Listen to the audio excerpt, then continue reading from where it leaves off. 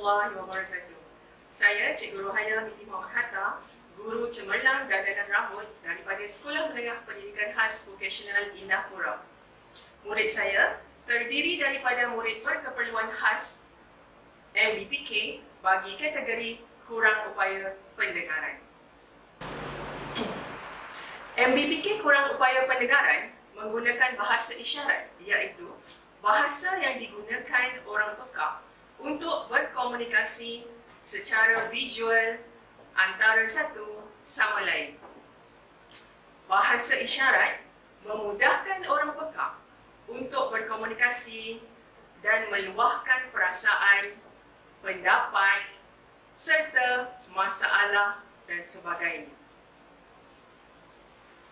Bahasa isyarat adalah bahasa semula jadi yang terdiri daripada struktur yang kompleks dan tata bahasa yang tersendiri. Keunikan dari segi pergerakan tangan, badan dan muka membezakan setiap mesej yang ingin disampaikan. Di Malaysia, bahasa isyarat Malaysia ataupun lebih dikenali BIM merupakan bahasa rasmi komuniti pekak. BIM digunakan dalam komunikasi seharian dan merupakan lambang kekentalan, kekayaan dan keindahan adat budaya dan hidup orang pekak di Malaysia.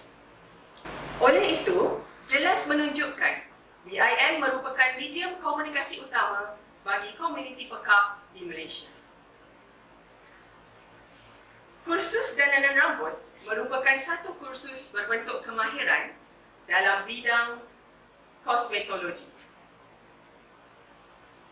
Berbagai program bagi meningkatkan penguasaan dan minat murid berkeperluan khas terhadap kursus dandanan rambut. Kursus dandanan rambut merupakan satu kursus berbentuk kemahiran dalam bidang kosmetologi. Berbagai program bagi meningkatkan penguasaan dan minat murid terhadap kursus dandanan rambut telah dilaksanakan. Namun, guru yang mengajar kursus ini sering menghadapi cabaran dalam mengajar murid kurang upaya pendengaran. Hal ini disebabkan terminologi BIM dalam bidang dandanan rambut tidak terkenal dan jarang digunakan dalam komunikasi. Ini menimbulkan kekeliruan dan salah faham di kalangan MBPK kurang upaya pendengaran dengan guru. Ianya menjadi satu halangan kerana komunikasi utama di dalam kelas adalah menggunakan isyarat kod tangan. Begitu juga apabila MBPK ini akan bekerja kelak.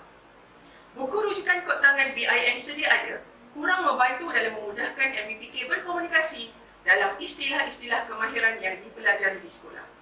Dengan wujudnya satu manual BIM yang khas untuk kemahiran dandanan rambut, diharapkan menjadi satu batu loncatan kepada penghasilan manual BIM bagi kemahiran yang lain.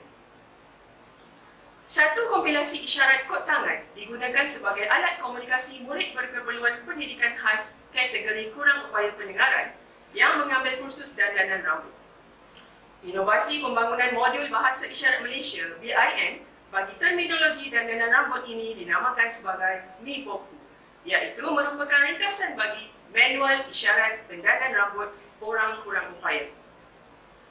Pelaksanaan MIPOKU boleh diguna pakai di dalam kelas sewaktu pengajaran bersama dengan guru sehinggalah ke peringkat kerjaya apabila berkomunikasi dengan majikan dan pelanggan. Apa yang menariknya, sebahagian kod tangan ini yang digunakan adalah direka oleh MBPK bagi mewujudkan satu pemahaman dan arahan yang jelas antara murid dengan guru ketika pengajaran di dalam kelas.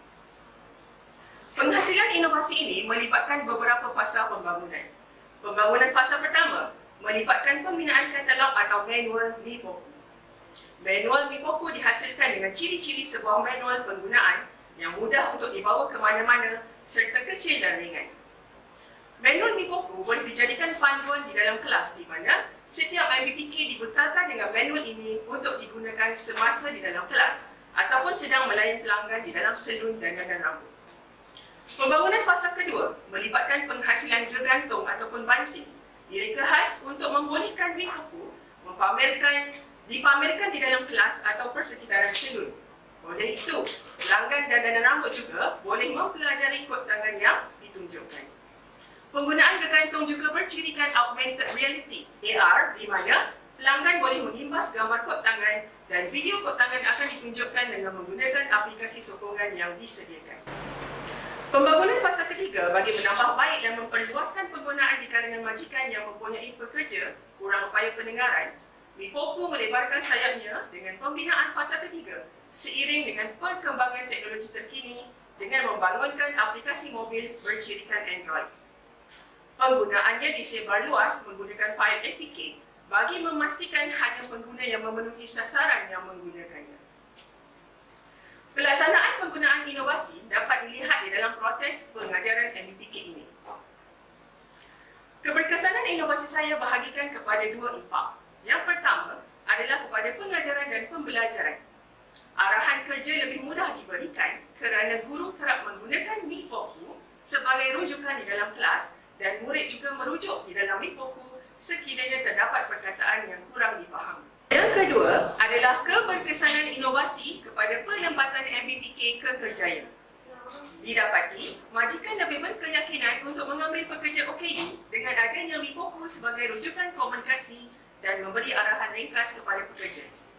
Mipoku diperkenalkan kepada majikan dalam industri dandanan rambut ketika temu duga terbuka yang diadakan di sekolah ini sempena program transisi kerjaya dan mendapat sambutan serta sokongan daripada pihak industri sehingga kini. Mipoku merupakan penciptaan ilmu baharu memberi impak kepada kehidupan masyarakat OKU yang lebih berkualiti.